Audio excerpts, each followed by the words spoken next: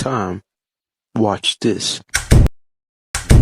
I actually am, I was born into a Catholic family. I'm very Christian in my beliefs, So I do actually believe this stuff to the full. So Joe Rogan has Mel Gibson on the show, and I think it's super interesting because he recently just had Wes Huff, and now they're going to be talking about the Passion of Christ and how Mel Gibson made the Passion of the Christ. And like subtitled movies, you feel like you're a smarter person watching a movie where you're reading it as well. Yeah. And there's something about the written word that's it's a pretty interesting thing to throw into the mix. I know when I first started it was kind of confusing, but then I got really good at it. And I think, especially with something like the Passion that I did, the written word was very important because it was, you got all those books, the Bible, you've got the different Gospels and stuff that people are quite familiar with. Half the time, they didn't even need to read the subtitles. They could look at it and know what was going on. That was a crazy movie because it was a great movie, but it seemed like there was resistance to that movie. Oh, yeah. No, there was... which I thought was very strange. There was like Hollywood resistance to that movie. Like people didn't like that you were making it, it seemed like. Yeah, there was a lot of opposition to it. And... I don't know. I think if you ever hit on that subject matter, you're going to get people going because, of course, it's big subject matter. And it's and my contention is, when I was making it, it was like you're making this film and the idea was that we're all responsible for this, that his sacrifice was for all mankind and that for all our ills and all the things in our fallen nature. It was a redemption. So, and I believe that, I actually am, I was born into a Catholic family. I'm very Christian in my beliefs, So I do actually believe this stuff to the full. So depicting that was an honor, but it was also, you got the daylights beat out of you for it. Yeah, because there's resistance, first of all, from secular Hollywood, where for whatever reason, Christianity is the one religion that you're allowed to disparage. Yeah.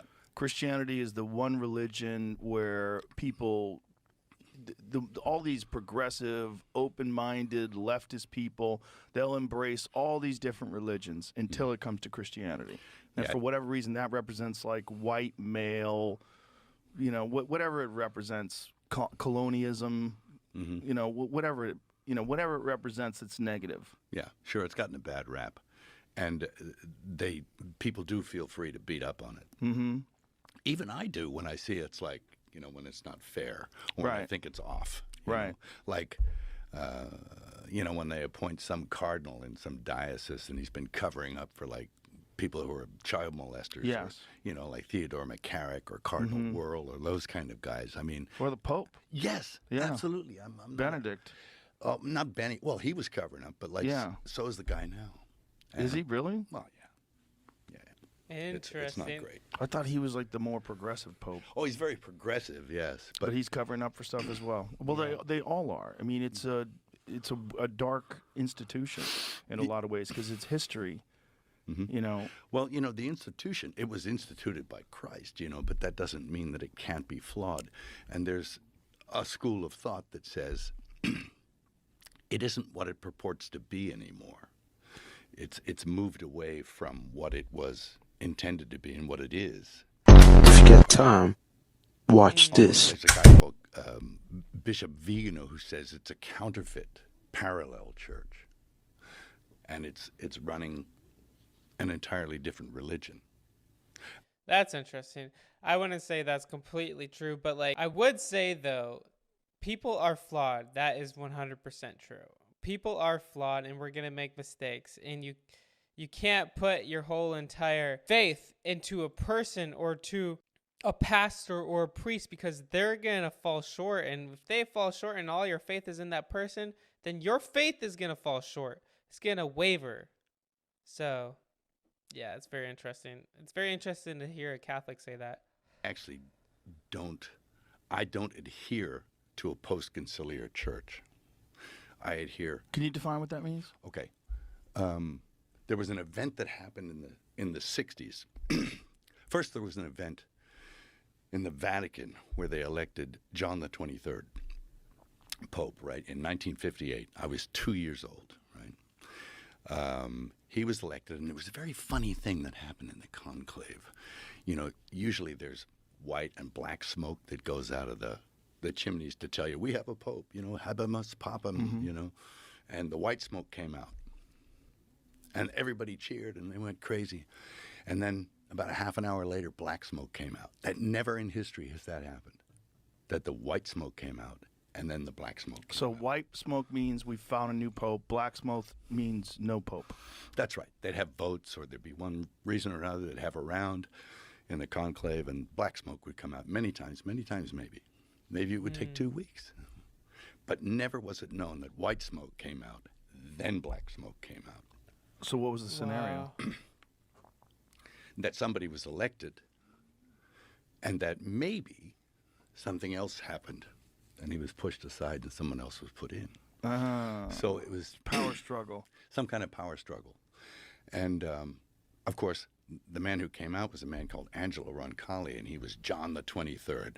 Now, it's interesting to note that never had a pope taken the name of another pope ever before in history. But this man took the name of a known anti-pope from the 15th century that Cosimo de' Medici put in there as his own man. I'll get you in the chair, and then everything will be rosy. You know, everything will go good for business, you know, whatever he was putting him in there for, some corrupt reason. But and there have been corrupt men in that place before. I mean, there's Alexander VI and Julius II and Sixtus IV. I mean, some of these guys are, you know, they're not saints. So he took the name of a known anti-pope from the 5th century who actually said, yes, I'm an anti-pope. Sorry, I'm not the right guy, because there was more than one, and he confessed to being, and he wanted to, you know, square things with the Almighty, I guess, so he confessed to being an anti-pope. And so he took the same name as that guy, John the 23rd.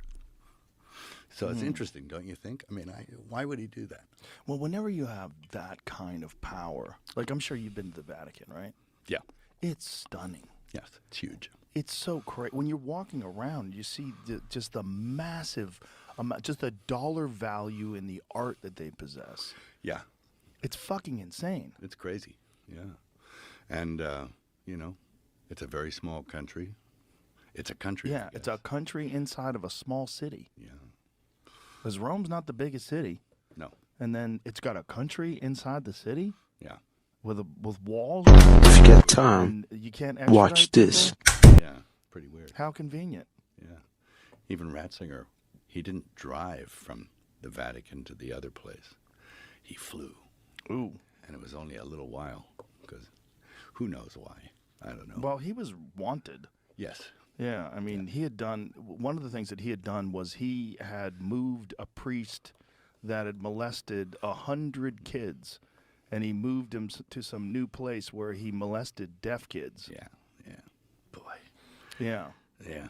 I know. that's the dirtiest, most evil practice that the Catholic Church has been accused of. I think so, and many institutions as well. Yeah. But that is a very bad one, and I think it's all part and parcel of the same corruption that crept in.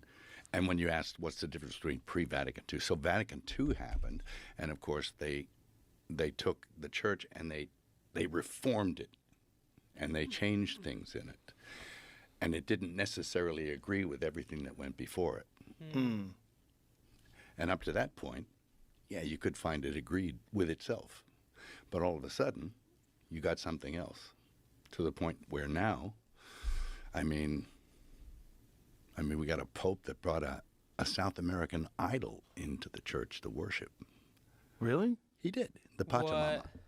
He brought the South American, and he got What I don't know what that is. it's kind of like a South American god, Pachamama. Why would he do that? Good question. But he did. Did he have an explanation for why he did it? Yeah, it's kind of a weasel-worded thing of like, oh, all religions are just as good as one another. But, you know, if that's his That's contention. He crazy. shouldn't be the Pope. No. I How mean, can you Yeah. be the Pope if you say all religions are just as good? yeah, we all worship, you know. So, yeah, there's the Pachamama. There you go. So he brought that in. Yeah, into the Vatican. Then he the hierarchy even worshipped. They had a ceremony around it outside. So, What? well, that constitutes apostasy. Yeah. Jay. That's an apostasy Yeah. move. All right. Worshipping false gods. Yeah. That's crazy to think that the Pope would put that in there. That's crazy. Like, the whole point is to push people to Jesus, if this is true. So I hope Joe Rogan, though, doesn't like use this as an opportunity to use this to deter that God is real. I hope he doesn't use this as an opportunity to not believe in Jesus, to say, oh, there's problems. Number one on the Mosaic hit list. You Yeah. know? Moses goes up on the mountain. He comes back down. People are worshiping a golden calf. Yeah. You know, it's that. Yeah. So you can't do that. And for me, that's a departure from that's called apostasy. Right. It's a falling away from it. And the very nature of apostasy means that you have to be part of it to fall away from it. Mm-hmm. So it's an inside job. Ah. So, So what do you think there's a motive behind these things? I don't think probably. What do you think it is? I don't know, but it isn't good. I think we're looking at a world where,